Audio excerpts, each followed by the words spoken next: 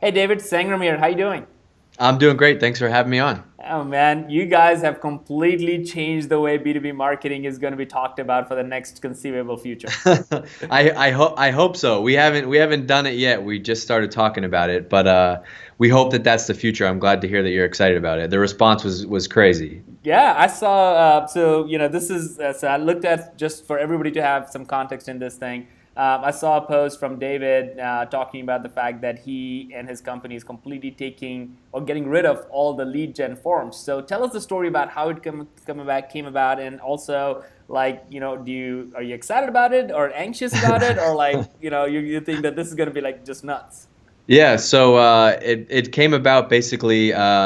My boss, our CEO, David Cancel, he's been building products and companies in the marketing tech space forever, and just kind of we've been starting to notice that the way marketing has just become kind of like a get rich quick scheme instead of building a real relationship with customers. And since really starting up marketing at Drift, we've just always had conversations about how we want to do things differently. Yep. And we have a product that's free, drift.com. And our number one goal is to get people into the product, and we really wanted to just remove all the loops and the hoops and the Yeah. gimmicks, and we just want to make it drop dead simple. And so there's only two forms that you're going to see from us moving forward. Number one is a form to sign up for our product on our Yeah. website.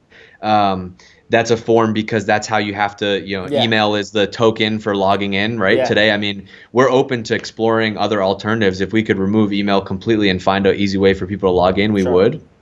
And then the other thing, the other form is we're still capturing email addresses. Like I still want to get everybody's email address. Yep. It's just not going to be 15 fields and download a piece of content and go to this ebook or do something like that. Like at the bottom of every one of our pieces of content, or maybe in the middle of it, there's going to be a call to action that says, hey, if you want to get this post once a week delivered via email, you can. Yep. And that's because I think there's still a huge opportunity for companies and marketers that are creating great content. I know there's people that I subscribe to, and I look forward to getting their new stuff via email. So Yep. email isn't ruined for everybody. So we still want to give people the opportunity to join our list. And it's actually been insane. That post that we wrote about it has captured more emails than any other thing Yeah. that we've done. And so just funny that we write about killing lead forms, and then we get more email addresses Yeah. as a result. That's awesome, man. I think it fundamentally challenges the status quo of how B2B marketing should work. I'm curious, like, did you have or do you have like lead goals that you guys have to meet like every month, or was that never part of what marketing was responsible for, and you guys were more responsible for just the revenue and product demos? Yeah, I mean, I don't have lead goals. I have customer sign up goals, right? And Yeah. so to us, we have a free product, and so we work off of like the PQL model, which is to us a lead is a free user who's signed up for Drift. And so my job as a marketer at Drift today is to get signups. And so yeah, we have monthly and quarterly goals based on that. Yep.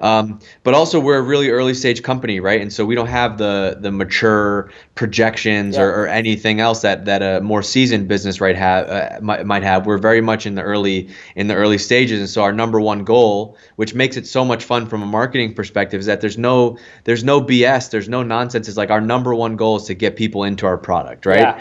If nobody joined our email list, but we hit all of our sign up goals for Drift, Yeah. that'd be great.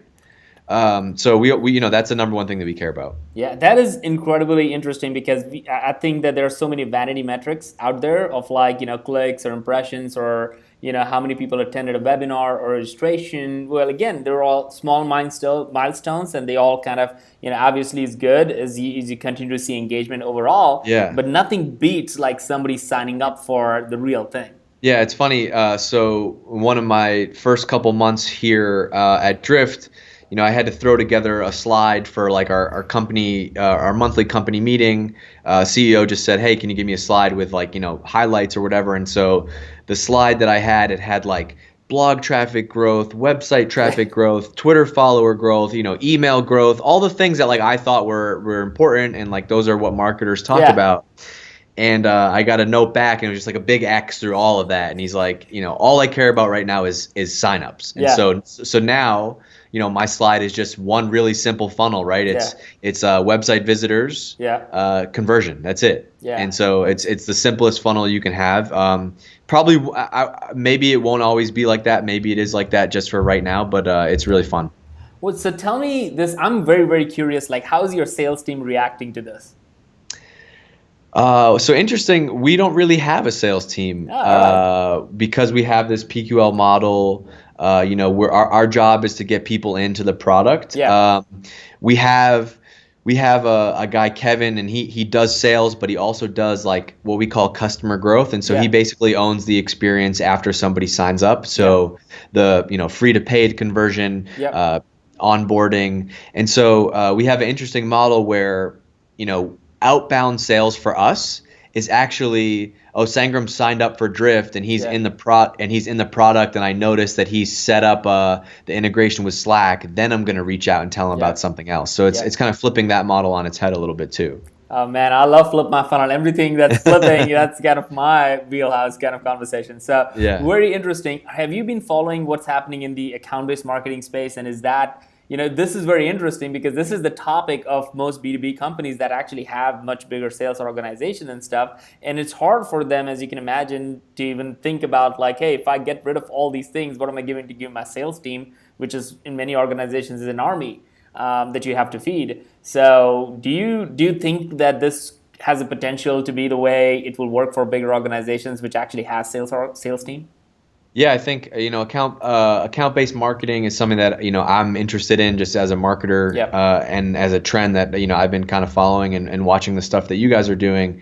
I actually talked to a VP of marketing at a local company here in Boston, and their marketing strategy is account-based marketing, and he kind of had said that this post really resonated with them and how Yeah. they're thinking about killing all their forms. And until I hadn't thought that it applied to account-based marketing, but now the more that I thought through it, it makes a ton of sense. Yep. Because your goal is to gain the interest and awareness of a certain type of person, Yep. not necessarily to just get them to fill out a form that you can then hand off to a sales rep.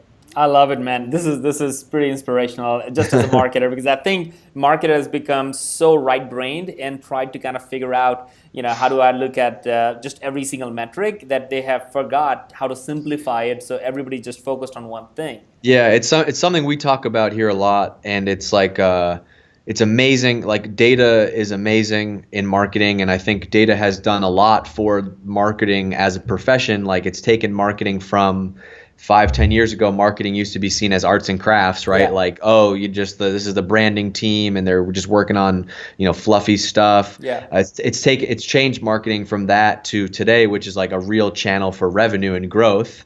Yeah. But I think we've kind of gone too far in the other direction, and we're a little too data driven sometimes. And Yeah.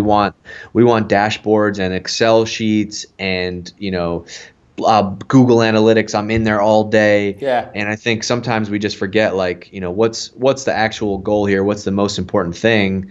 So I think sometimes we've gone too far in the other way of being data driven. I love it, man. All right, I got 3 rapid fire questions for you. You ready? Wait, I have a question for you. Yeah, actually. go for it. How do you think about so how does no lead forms for you play into account-based marketing?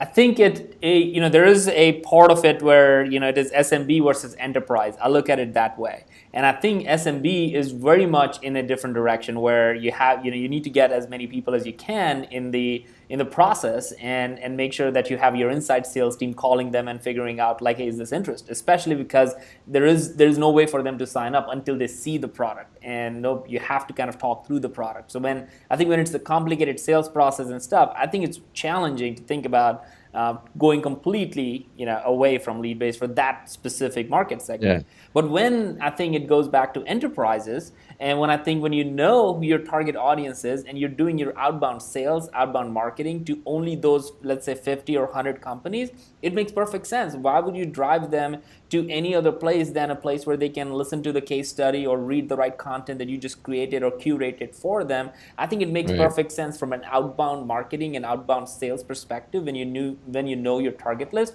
But when you don't know your target list, and when it's the target list could be massive, all the SMB companies in the world, then I think it becomes a little challenging. So I think I'm starting to think I'm challenging Yeah. my marketing team here, and we are obviously big believers in account-based marketing. But this is very interesting to kind of take a hard pivot so quickly.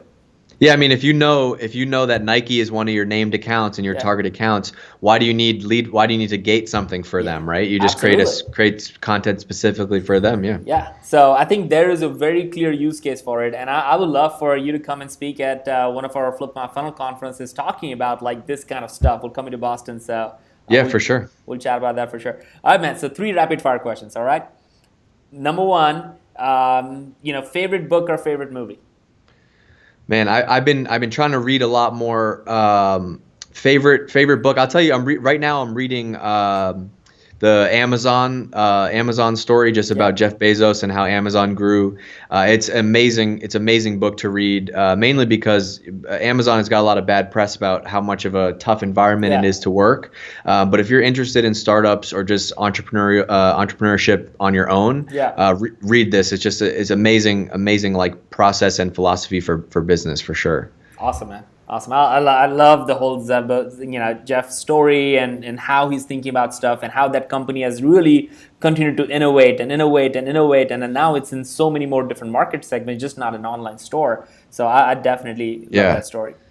And it's been interesting. I've read a bunch of like biography type books lately, and it's crazy to see how similar like Jeff Bezos, Elon Musk, Mark Benioff, Yeah, Steve Jobs. It's crazy to see how similar a lot of those similarities. guys are. Yeah, no, they're a little bit crazy, and that's the fun part, right? Oh, Uh, they're all crazy. That's the reason why they're successful because they're yeah, nuts. It doesn't mean that they're great people to work for. yeah, They yeah. might be the right people to build those businesses. No doubt. No, I love it. All right. So, do you want to give a shout out to someone that you follow and you kind of look up to? Oh man, there's a Yeah. big list of people, but somebody that's been helping me out a lot lately is Mike Volpe. He was a Oh, yeah. CMO at HubSpot. Yep.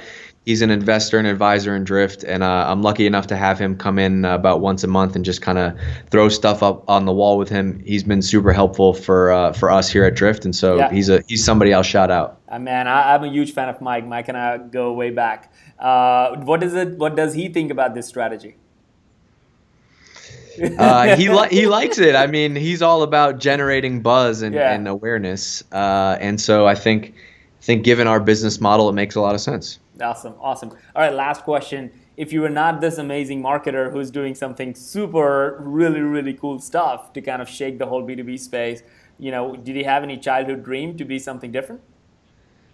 Oh yeah, so this is what I would want to do. It's not to say that I could do it, but Yeah. I've always wanted to be a professional athlete. I thought I was going to be in the NBA, and then I Yeah. never grew past 5'8", and then I wanted to be a professional golfer. So I love sports, and that's where I spend most of my time when I'm not in the office. So I would love to be doing something like that. David, I love it, man. I think this story is going to catch on fire, if not already. And I love what you guys are doing. All the best with this. Cool, thanks. I appreciate it. All right. Thanks, David. Yeah.